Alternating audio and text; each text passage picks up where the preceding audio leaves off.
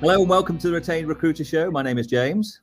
And my name is Jo. Welcome, everybody. Thanks for joining us. Again, we are not alone. Look at us, the rose between two thorns in the middle there. Hello, Reese. Nice to see you. Nice to see you both. Yeah, yes, indeed.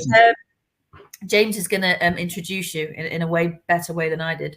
Well, I'll try, but I'm not saying I'll necessarily succeed. But no, listen, we appreciate you all joining us today. And we are joined today by Reese, who spent the last 24 years of setting up and scaling recruitment businesses, which is why you're here today to listen to more about that. Now, Reese initially had two of his own businesses. He scaled and exited through sale. And over the past 12 years, through his recruitment startup and support business called Davidson Gray. So do please look them up. And now through Davidson Gray, he's helped scale numerous recruitment businesses. That's why you're here. From startup and exited 4 of those through sale, taking one recruitment business to successful trade sale within 18 months. And you'll know how difficult that is if you've ever tried it.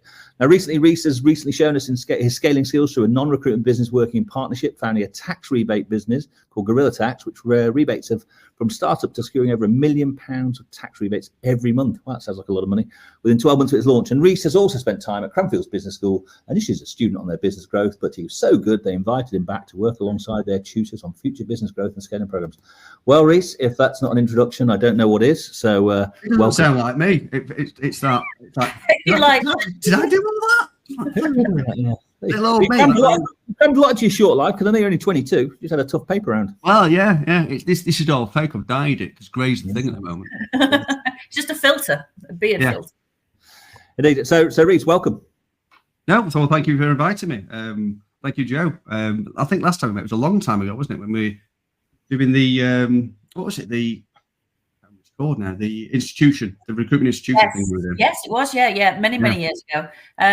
But good friendships remain, don't they? And it's brilliant to have you on the show. We're going to pick your brains massively. I think we need to crack on. We've had a lot of questions in that we want to talk to you about. There's 3 particular topics that we want to talk about today. So the 3 steps to scaling your recruitment firm, like the alliteration in that. So the first thing we want to talk about is succession planning. I mean, I think firstly, I'd like you to just give us an idea of what we mean by scaling and why some businesses want to do it, because not all businesses want to scale to exit, do they? Scaling can take many different shapes and forms. But then we want to talk about succession planning.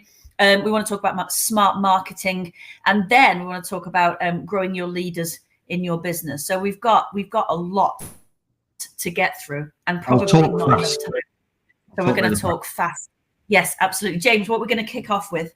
Well, Reese, let's kick off with you. Just give us an overview of where you see your skills and expertise lies, and then we'll go straight into the first one about the importance of succession planning. So just fire away. I think it's good. I've been there, got the T-shirt.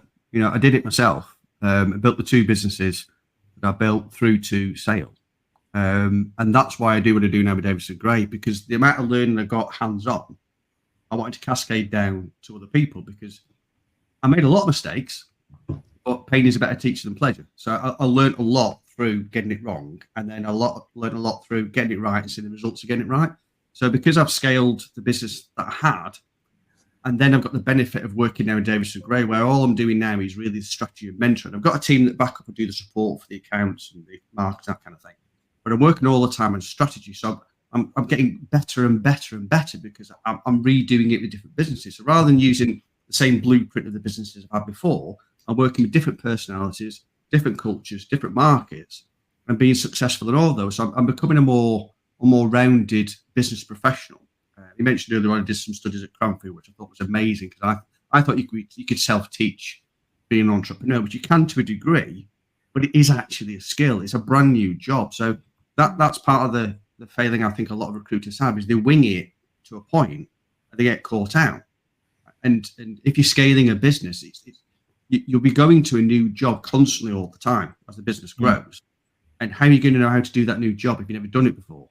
So it's that sort of, that's where I bring my experiences, scaling numerous businesses different ways with different people in different markets, and seeing how things work. So I'm constantly trying to be the best I can be. It's that self-actualization. I always be the best version of me and become the perfect business person, which I'll never be, because you can't be the perfect business person. But it's that I'm constantly working with growing and scaling and strategy all the time. That's what I do now. Reese, I've got a question there that's just popped up in my mind, and I think it was a question for later, but I'll bring it up now. And that's because when you invested, because that's what you did in Cranfield Business School, you then came on to saying, listen, there is no blueprint for this necessarily. You can't just wing it, because there might be people on here who say, well, I've done it, but winging it's not a good idea. So I think it's the importance of coaching and mentoring. And so just be interested in your views on that, or maybe just express them. But that's the question that came to my mind. Well, I did it myself. I winged it for 5 years. And then I went to Cranfield University, and I got the guy that was coaching us there to be my non-exec. And it just helped me understand that rather than trying to be the smart ass and do it all yourself, is go to somebody who's got more experience, who's been there before. So they can help prevent you making mistakes before you make them. And also, rather than making a mistake, you're getting it right so the mistake doesn't happen. But with a coach and a mentor, it's also about keeping you honest, because you can get a bit carried away with your success. And if you're carried away with success, I had what I call a fat and lazy stage, where the business was shitty cash and we were doing great. But underneath it, there were things going wrong. The people weren't hitting the numbers, the processes weren't being hit, but everything seems to be going right. If you've got a mentor and a coach, they're keeping you honest on your numbers, and they're stopping you slipping into the stuff that you enjoy, which human nature does, but keeping you honest on that. But it's more so, it's if you've never done the job before, how can you expect to be able to teach yourself to do it? Work with somebody who's done it before, or if they've not done it before, they've worked with businesses, they've got the intellect and they've got the experience in academia to be able to guide you in the right direction. So what you're not doing is learning as I did the first 5 years by making mistakes, because that's stupid. My ego wanted me to do it myself, but the smart thing is hire somebody smarter than you. Hire somebody who's more experienced than you and learn from them. That's the really clever thing. So, mentoring and coaching is a big thing. I can get a soapbox about it, but you want to grow a business. The value you get from coaching and mentoring, it just fast tracks the business, and it also removes the stress, because sometimes it's quite lonely running a business, because who do you talk to? Yeah, you want to talk to somebody who understands, who can bounce something off and you respect their opinions. So it helps that in your decision making, but also it can push you as well, because you can get a little bit lazy in pushing not just the growth of the business, but the involvement to make it a better business, not necessarily bigger, but a better business. And it keeps you also disciplined of working on the business rather than in it, because you can be dragged into a business, but standing back and working on the strategy and implementing the strategy, and also having you accountable to actually following through in the strategy, because you can have these great ideas, then don't do them. But if you've got a meeting on a regular basis with a mentor and a coach, how have you got on with that process you were doing, or the market or whatever? So it keeps you honest. It's that accountability, isn't it? Because the objectivity of the independent third party, coach, mentor, non-exec, whichever route you take, I think it's that point of knowing almost, and maybe this is wrong, but sometimes the analogy is, you're going to be speaking to them. So if you haven't done it, you just got to look in the mirror and say, well, why did I commit to doing this with somebody? Because you sort of feel small if you don't actually start to follow through with it, I suppose, and maybe that's the accountability part. So I think it's really important. But let's move on to talk about the importance of succession planning, because I know that's one of the topics that, and I may have veered us off there in terms of where we went to, but talk through the importance of succession planning.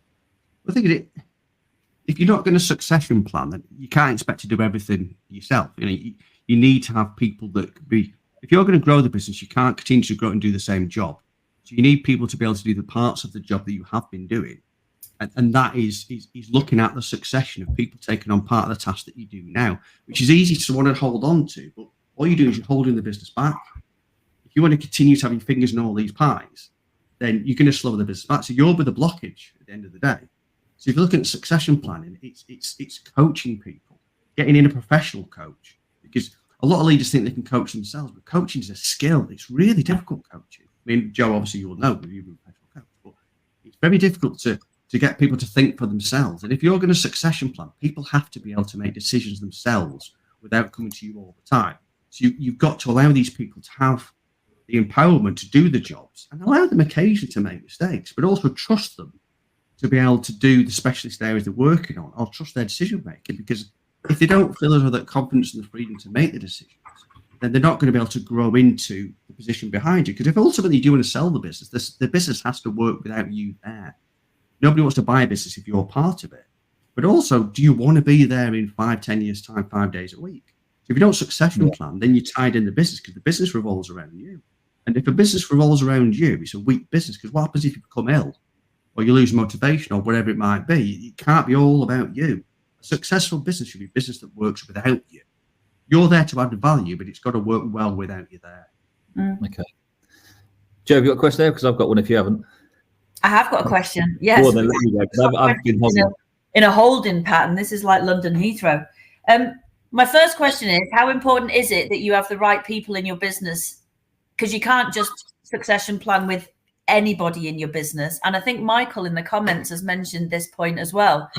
Recruiters don't necessarily make good managers. No. Good managers and recruiters don't necessarily make good business owners. So how important is it to make sure we've got the right people in the business? It's essential because it's a people business, isn't it? So it's having the right people in the right places. And yes, recruiters don't necessarily make great managers, but some of them do. And you shouldn't discount they can be, because if they're not doing the managerial work now, it's not because they can't do it. If you want to promote somebody, they're not doing the job now, you're going to coach them. So it comes back to the coaching again. So it is far less risky to promote from within, but there may be times you do have to hire externally.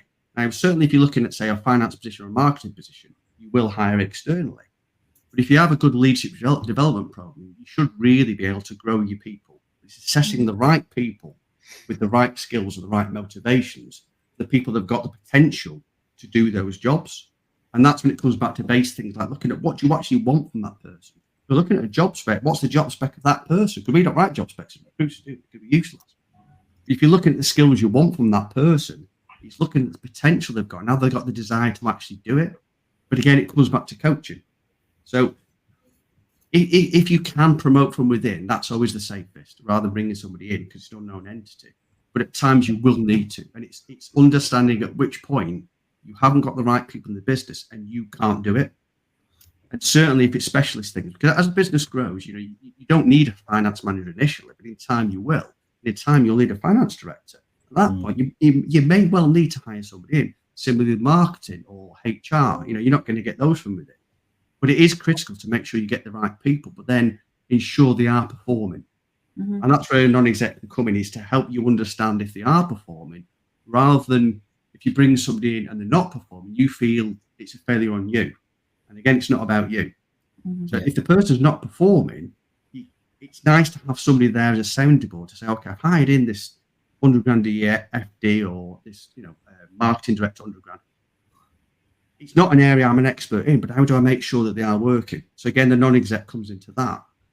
But no, it's having the right people in your business. It's essential because you're scaling, and in effect, it's like a house of cards, isn't it?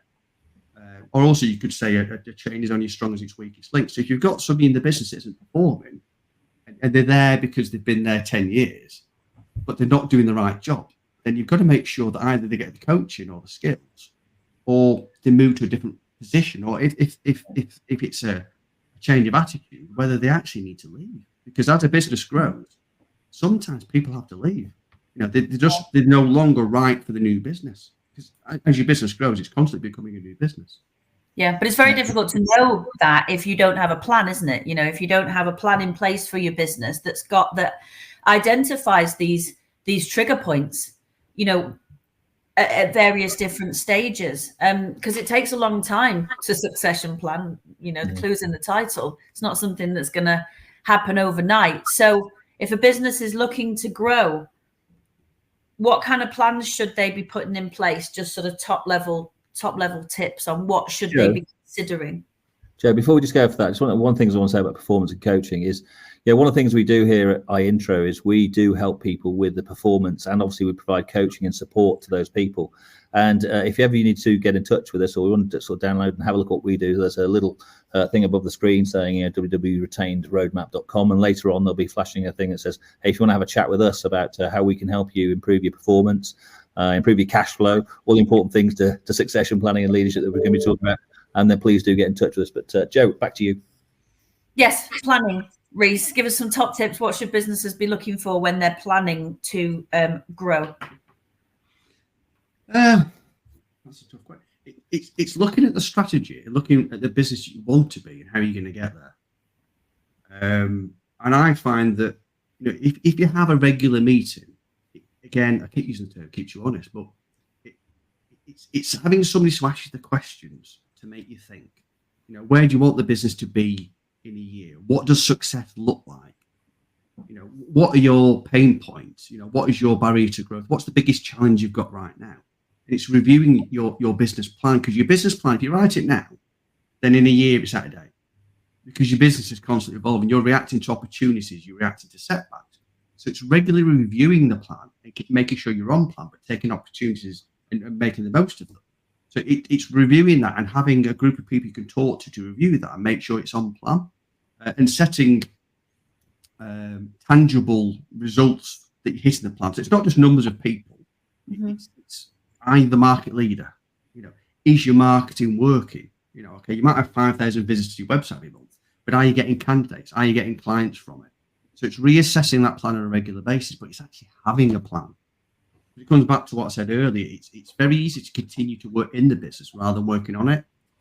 And as the business grows, you've got to start working more and more and more and more on the business. And it's not really natural, because as a recruiter, you tend to want to be in there with the thick of it and doing it. Like, I'm a leader, I'm there working in with people, but I have to learn that rather than being, the big personality in the room leading like that, you've got to step back and you've got to look at the strategy. You've got to be strategic. And if you're not the person to do that, at some point, you've got to realize I'm not the best person to do this. He's looking at other people that can do it, because it's not all about you. It's about making the smart decisions, having the right people who are good at things that you're not good at. And maybe it's strategy, because if you're looking to grow a business that you've never been to before, which is generally what the case is, you're at 5 million, you want to be 10 million, you've never run a 10 million pound business. How do you know how to run a 10 million pound business? And that's when it can be, do you get somebody in who's actually got more experience than you, and you redefine your role to the things that you're good at and the things that you enjoy. So, that's, again, go on, we're having a day about coaching and mentoring. Having somebody to keep you disciplined, to keep looking at the business plan, setting yourself tangible results, and then staying honest to it. And if it's not on plan, what do you do about it? And it's staying consistent, and not each month you've got your meeting or whatever, it's calling off because you're too busy. It's staying disciplined to keeping to your strategy. Joe, got a question or a point that Michael's making in the comments, not about the commercial break, but you're right on that one, Michael, and also thank you, Chris. But Michael says, Reece, this is for you. He says, doesn't a high volume of business help connect the dots to scale a business? And obviously, we work in a roller coaster business sometimes. So, what are your thoughts on that? So, what was the question again? It's saying if you got a high volume of business, doesn't that help you connect the dots to scaling a business? Is that the thing that says to you, maybe I've got something that is scalable? That's an interesting question. It's almost like chicken and egg, really, isn't it? If you've got enough work, then you kind of need to scale it, but you kind of got to scale it to get the work sometimes. So if you have got a lot of demand, that gives you an easier platform maybe to scale it. Yeah. But you don't need the demand to scale it. You can make the demand through your strategy. So it's kind of a bit of a chicken and the egg. Which leads you into smart marketing, really, doesn't it? So, because obviously that'll help you understand where you're scaling. So that was a nice little segue. Thanks, Michael. Yeah, well, I think marketing is very misunderstood in recruitment, because a lot of business owners think it's all about direct sales. And part of the reason is recruitment business owners are impatient. And marketing takes time, but also they think marketing is something they can do themselves. But again, it's a skill. And it's understanding about how you can actually increase the brand awareness and the incoming inquiries to your business to make your environment an easier place to make money. And that's through smart marketing. And the reason why I use the term smart marketing, because anybody can spunk a load of money on marketing. It's smart marketing.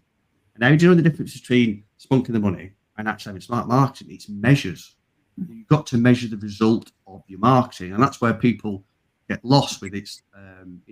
We're doing lots of adverts on LinkedIn, or we've got 5,000 visits to the website, but is it making you money? And what I would say, if you're using an external marketing agency, ask them to give you the KPIs. Say to them, how will I know if you're being successful? And that can quite often tell you if it's a good marketing company or not, because they should be tied to results, not to fluff. So you can have lots of podcasts and videos and that kind of thing, but does it actually make you money? It's tying it back to the KPIs. So, for example, if you've got a website, and I mentioned it earlier on, 5,000 visitors is great, but I can get you that tomorrow. But how many candidates are going to apply for jobs? How many clients are going to ring you? What's the user journey? Because if you've got 5,000 people that land on your website, but the bounce rate is really high, and a bounce rate, for those that don't know, is somebody that comes on your site, lasts a few seconds and jumps off again, then there's a problem with the homepage. But then if they're not bouncing off, what's the user journey? So you can see where they're going on the website. Are they going to the job section? Are they going to the retained services section? Are they going to the contact page? And are people dropping off? So it's making sure you understand the results. And if you get your marketing right, you make your environment so much easier to make money. It also helps the retention of staff because people want to work somewhere that's got good marketing. So it's a self-fulfilling prophecy to have good marketing in the business. But so few businesses have it because they'll try and do it themselves. They want quick results. They don't see it, so they sack it off. And this comes back to having a separate strategy and then going back to, okay, do you employ a marketing director? Do you have a part-time marketing director? Probably is better. So you've got somebody who can help you with the strategy and then you implement it. Now, not necessarily in-house, but it can be in-house, it can be external. It's having somebody who can help you again with the plan. Because some marketing is quick, direct marketing is quick. But for example, SEO, if you're looking to optimize your website, that doesn't happen overnight. That will take time. And that's where, you put your website up, am I getting the results? And then you've got to climb the Google rankings. And again, it's about being smart because we do a lot on that. Because if you want to rank for, let's say, for example, pharmaceutical jobs, well, you're pissing the wind. Because you're up against the job sites and the total jobs and that kind of thing. They've got massive budgets. You're never going to get it. So it's assessing where you can actually win. So it's assessing what traffic you have for what terms. So let's say it's pharmaceutical recruitment. So is there traffic? Because sometimes you don't get enough traffic. But say this traffic is 1,000 people a month looking at that. Is it actually attainable? And if you use a software we do, it gives you a difficulty score. Is it attainable? Because you only go into a fight you think you can win. Otherwise, you're wasting your time. So you can spend loads of money on SEO, but if you're never going to be on the page one, then it's useless. Because if you're not on page one, you might as well page 101. So all of this ties into you want your business to be more of a machine if you possibly can. Yes, it's uber reliant on people, but marketing can't walk out the door. So if you get your marketing right, it's always going to be there, but it's going to complement the people in your business by making it an easier environment to make money. It's easy when they're speaking to people. I've got a thing of marketing, as you can tell, so I'm so enthusiastic about it. Because one of the businesses we built was built really around marketing. It was a marketing business. It was a headhunting business. And it was built so well. We were getting 60 unsolicited inquiries from brand new companies every single month who decided they want a headhunter. So you can imagine the value of that. So all we had all these inquiries coming in and then BDMs that were going out and closing it. The vast majority of the business was just resources, just fulfilling these jobs. And that came from marketing. And I've yet to see a business that's like that. Because I think within recruitment, as I said to you, I'm repeating myself now, is people don't understand marketing. It's all about direct sales. Now, you'll never beat the phone. I'm not saying for 1 second, you'll never beat the phone. And you've always got to be the recruiters being direct. But if you can get the marketing right, it makes scaling so much easier. Yeah, absolutely. Cool. Absolutely. Well, I think that's a great view on smart marketing or marketing and how to consider making it smart. So again, I think some good hints and tips there. Joe, what's our third and final topic that we're going to cover before we go to some little points? Growing leaders in your business, and we've touched on that already. We've touched on recruitment. Obviously, at iIntro, we're very big on making sure you get your recruitment right, because retention starts with recruitment. And if you can't retain your staff and you can't recruit staff, you're probably not going to grow your business. Let's talk about the team a little bit more. The importance of having a balanced team, the importance of making sure you've got the right team, but then the importance of kind of having the processes in place to ensure that those teams can do what they're capable and motivated of doing. So what are the top things that businesses need to have in place, Reece, to ensure that they've got a business which is moving forwards from a team perspective, a staff perspective? I think it comes back to the process, which you and I discussed before, is having process. And people don't like the idea of process, but there's always a best working practice how to do something. And people should thrive in your business because of the process rather than trying to wing it. Because if you've got 5 people doing something the different ways in their own ways, none of them will do it the best way. And we've spoken before about hiring. As recruiters, you need as many staff, obviously, in your business as you can. And people are applying. Is looking at the staff attraction policy. Is it a good process? How do you look at attracting enough staff? What is the process for that? How do you look at actually assessing it? Because we've spoken this before about retention being massive. Is hiring the right people. You can have a lovely environment and all your free food if you want and the coach and everything like that. But if the clay you're starting with isn't right, they're not going to stay. So you've got to look at, okay, what is the job description? What are we actually looking for from these people? And how do we assess that? And then how do we assess the success of that? And that is a process. You know, so rather than having managers saying, right, okay, you can hire another couple of people off your pot, go and do it. You know, how are they going to do it? Well, this is what we do. We advertise the job, say we use this recruitment company. We get sufficient people that you can hire to a standard that we want to do the job description. So you know what you're looking for, but also we're not going to accept second best. But if you're not going to accept second best, again, it comes back to getting enough people in the pipeline. And how are you going to do the assessment? So that is all a process. And once you set it up, it's there. But then you also need to reassess the success and finesse it if you can. But with any scalable business, you have to have processes throughout the business, which are best working practices. And that is one of the biggest things about scaling a recruitment business.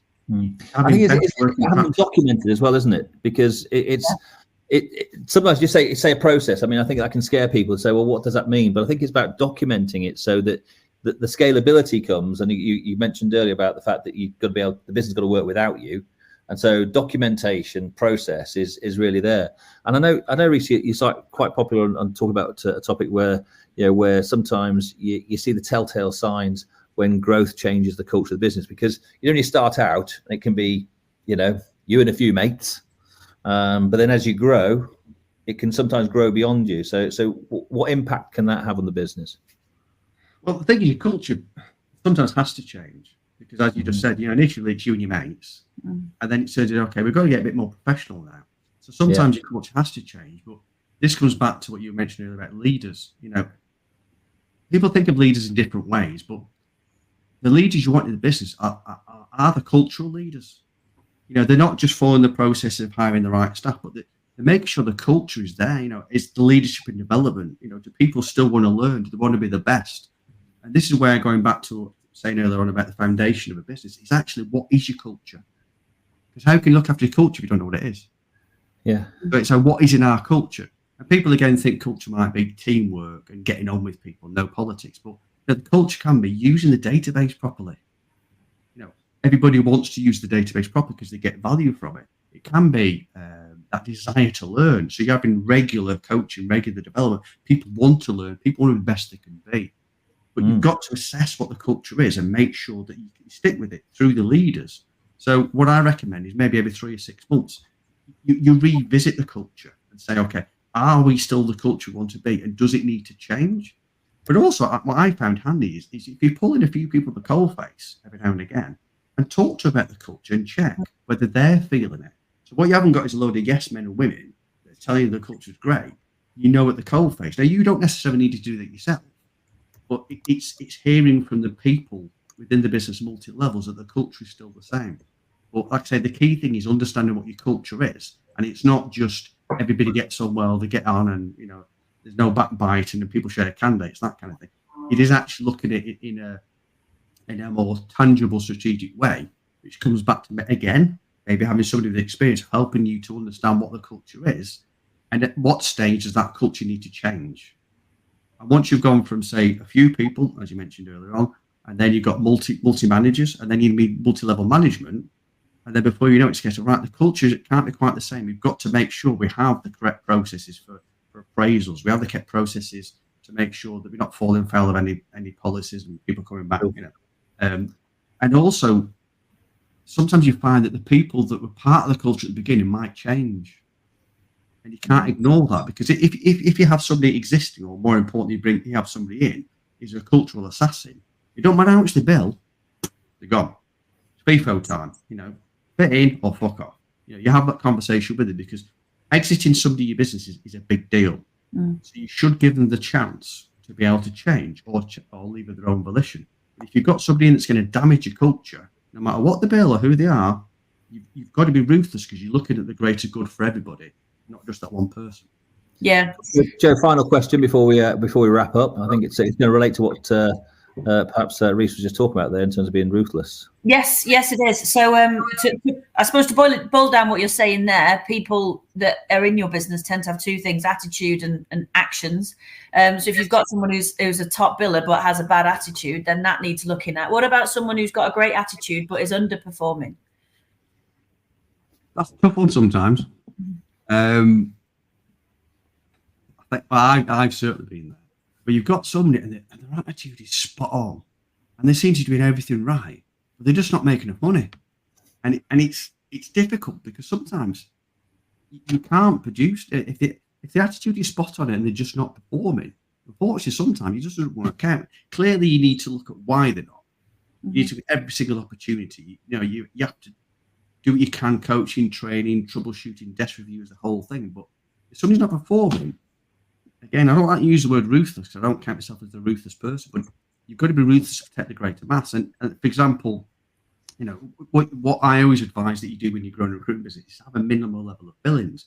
It might sound obvious, but if you've got somebody who's got the right attitude and everybody likes them, they're doing 80 grand, okay, well, that's fine. But the problem is people tend to fit between the top billers and the lowest billers. So if your lowest biller is 80 grand, then you might get a load of 120 billers.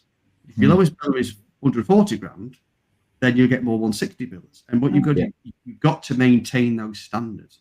So no matter how nice the person is and the attitude is, if they haven't got the right standards, you've got to keep those standards. And where I see a lot of businesses fall into is if the person isn't losing your money, you'll keep them. So let's say 80 grand a year, you don't lose money.